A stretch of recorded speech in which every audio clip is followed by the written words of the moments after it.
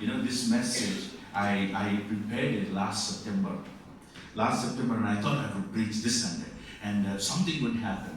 And somehow, when I was trying to get to it together, it wouldn't work out. And I thought, okay, next time when I had the chance, I'll speak. And every time I tried, something or the other happened.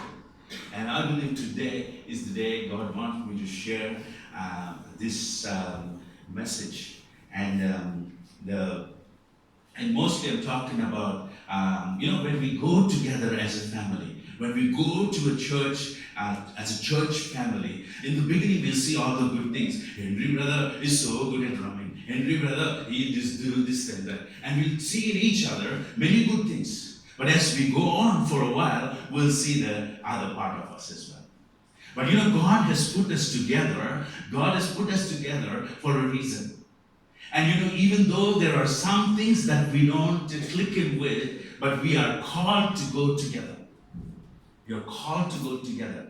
And that is the reason why, some of the things we can pray. And, for healing we can pray. We can pray for certain things. But regarding unity or regarding humbling, you cannot pray because it is your duty. That's why the Bible says, humble yourself together. Humble yourself in the sight of the Lord.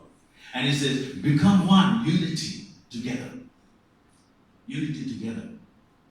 And the Bible says in one of the occasions, if you are in unity, it commands a blessing. Psalm 137, I think, it says, how good it is for brothers to dwell together in unity. It is like honey going from like the oil trailing down from the head to the beard of Aaron to the ropes. And there's a particular situation where God said, whoa, if we leave these guys in unity, they can do anything in the world. Turn with me to Genesis chapter 15 or 11, I think. Very interesting. Genesis chapter 11. And these guys were speaking one language at that point of time, and they thought, let us build ourselves and make a name for ourselves and build a big Tower of Babel. Now you know who it is? So, and they said, we'll go together, we'll build a big tower. And so they started doing it. And one day, God came and saw that.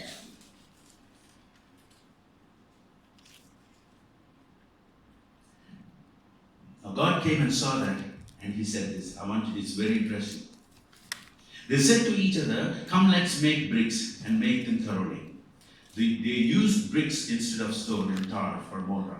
Then they said, come, let us build ourselves a city with a tower that reaches to the heavens, so that we may make a name for ourselves. Otherwise, we will be scattered over the face of the whole earth. But the Lord came down to see the city and the tower of people were building. The Lord said, if as one people speaking the same language, they have begun to do this, then nothing they plan to do will be impossible for them. If they were doing this for building their name, and if you and I are doing in oneness to build God's kingdom, how much it is possible to build God's kingdom? And it commands a blessing, the Bible says.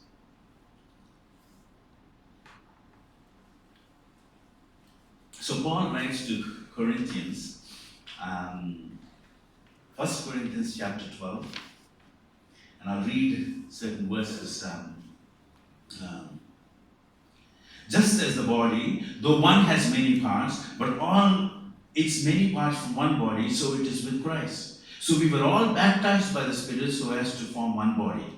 Whether Jew or Gentiles, slave or free, and we are all given one Spirit to drink, even so body is not made up of one part, but of many.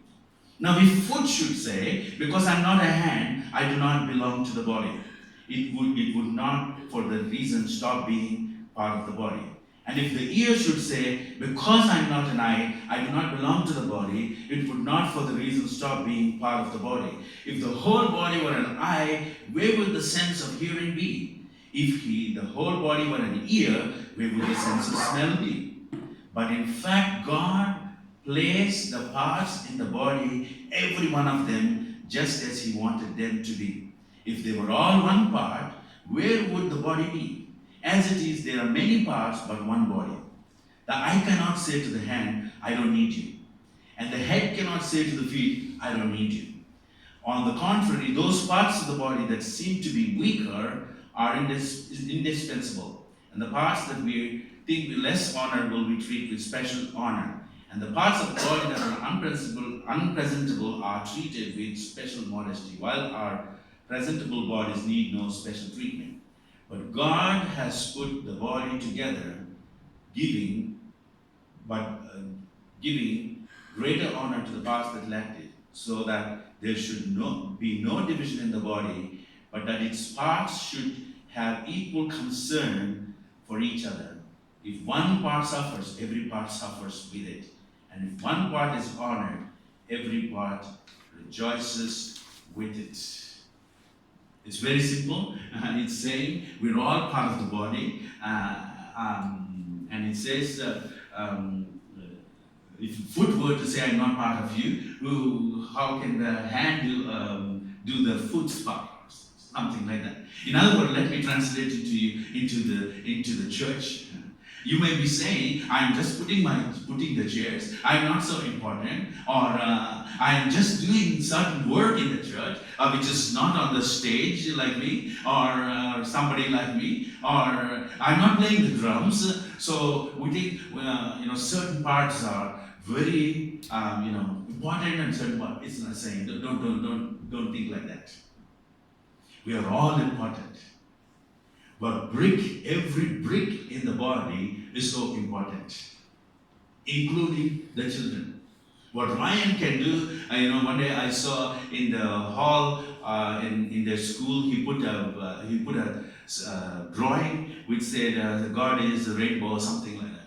What he can convey about Jesus, you and I cannot do in that place.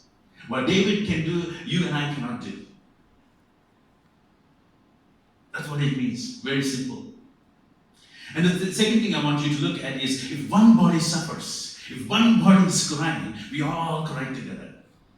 And yesterday, with one body was laughing and enjoying and rejoicing. We all rejoiced together with biryani, and I like that Purnams or something. I loved it. And we enjoyed it. But when one body cries, we cry together. We say, God, this person in our church is going through this, and we cry with them. That's what it says. And the third thing it says is, if everything was an eye, what good it is. If everything was an eye, or if everything should do only preaching, if everybody was only singing, and everybody is doing only thing, who will put the chairs? Who will put the chairs? So it's saying everyone is important. Everyone is important.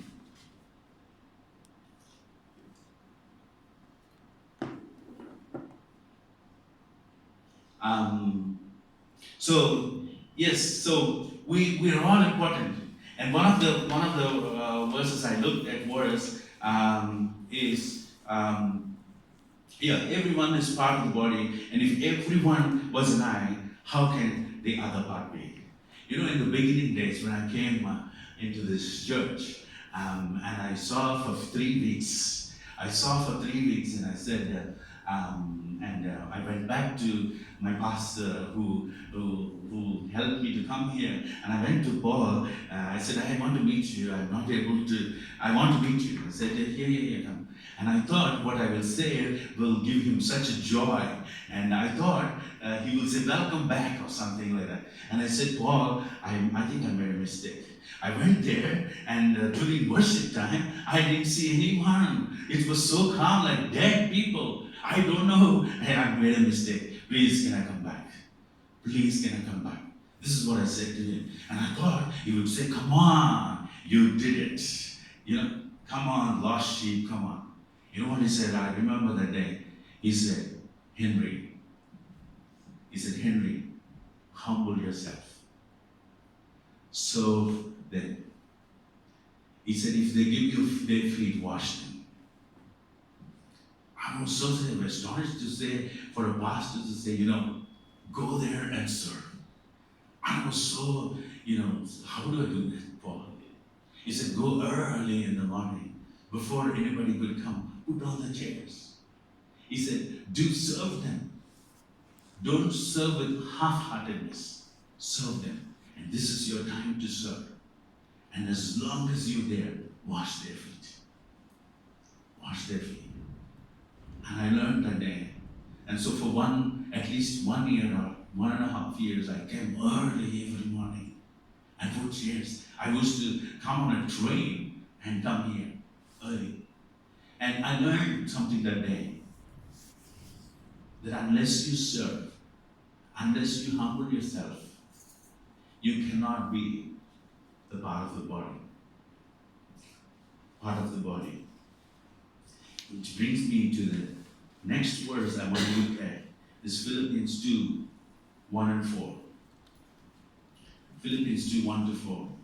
Therefore, if you have any encouragement for being united with Christ, if any comfort from his love, if any common sharing in spirit of any tenderness and compassion, then make my joy complete by being like-minded, having the same love, being one in the spirit and of one mind. Do nothing out of selfish ambition or vain or conceit. Rather, in humility, value others above yourself, not looking to your own interests, but each of you to the interests of the others. But the interests of others. Many times we are so concerned about others. I really appreciate that. But many times when we speak to the other person, whether maybe a new person or a person in the church, the reason how we treat them is like this. I came 10 years. I'm 10 years old in this country. I have been settled, and I know very well what I'm doing. Now, when you speak, tell me. I will listen and reevaluate and see what I can do for you. Even if someone comes for something, we try to make ourselves big and try to direct them. But here the word says, rather in humility, value others more than yourselves. In other words, put them above you. Above you. And it's very hard. How would you value? Immediately when somebody says something, we have an opposition thing that's coming up and say, actually, when I did this, it happened like this. Instead of a serving mode, instead of washing their feet, you know what we do? We try to tell them what to do. And many times when things are said to us by someone, we take it into heart and we replicate with something. Let me get the next chance. Let me get the next chance. I did it.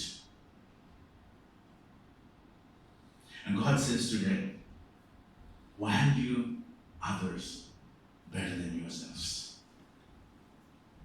Whether you know them, whether you don't know them, whether you walk with them or whether you don't walk with them, you got to value others better than yourselves. In other words, what I started doing was, from maybe 3-4 months back, whenever I speak to someone, I put on their forehead, I put 12, and I put myself 8.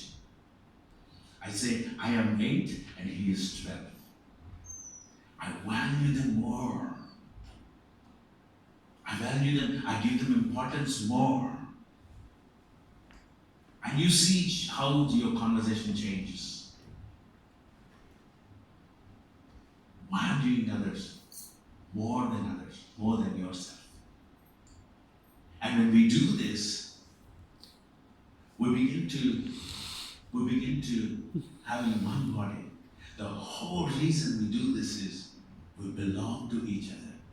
We just don't just come on a Sunday and go home and live our own lives. It is not that. We belong to each other. When you are crying, I am crying too. When you are rejoicing, I am rejoicing too. When you are having a problem, I am having a problem too. And many times when we walk through this same people walking through the same things, imagine Israel walking 40 years together, how many rifts would have come? And it's the same because we have brought up our denominational, our brought up our regions of living, we come from different places. And we will have these things. But how would you value someone?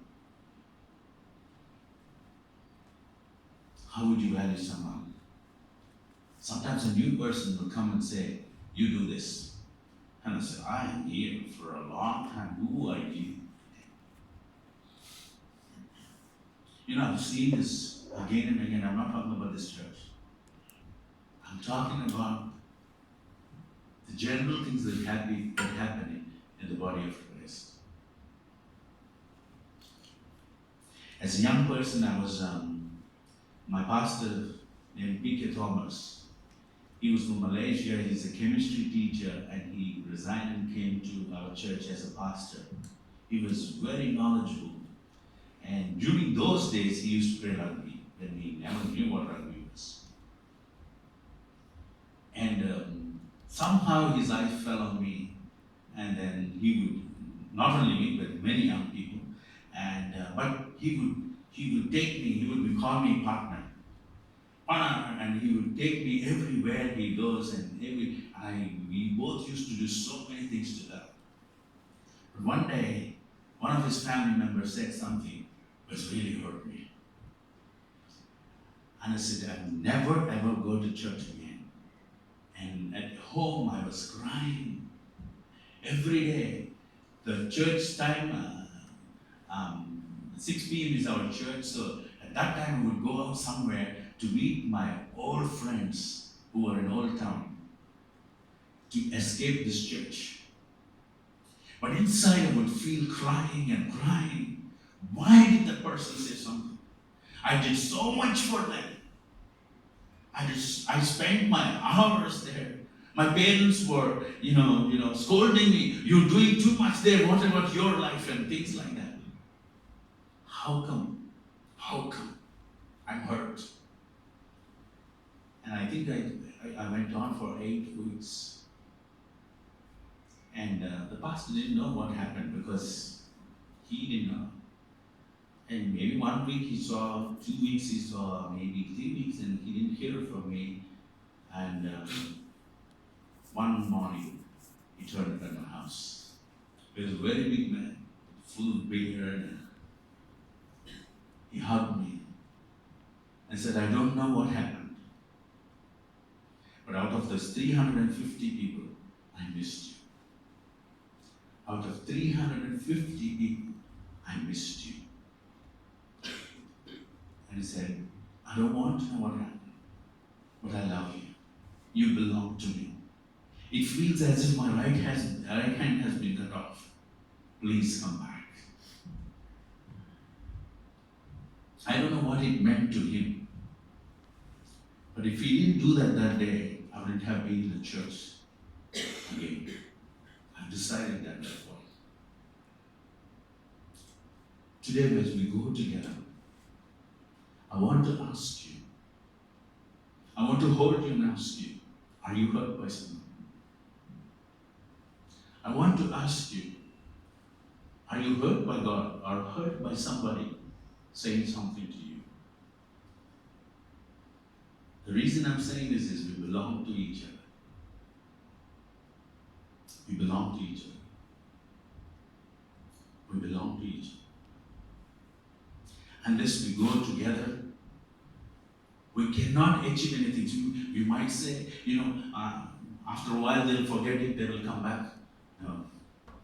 I will tell you, it will harbor in their heart and they will cry out and cry out. And today I don't want to take much time, but I want to say this to you. If you're able to, maybe while we take the communion, we can come together in a line and on the way or wherever you can, or you may need to speak to someone on the phone. Say you belong to me, we belong to each other. And we miss you. Not because to get church strength. I want to say, because we belong to each other. You belong to me, and I belong to you. And each of us here belong to each other.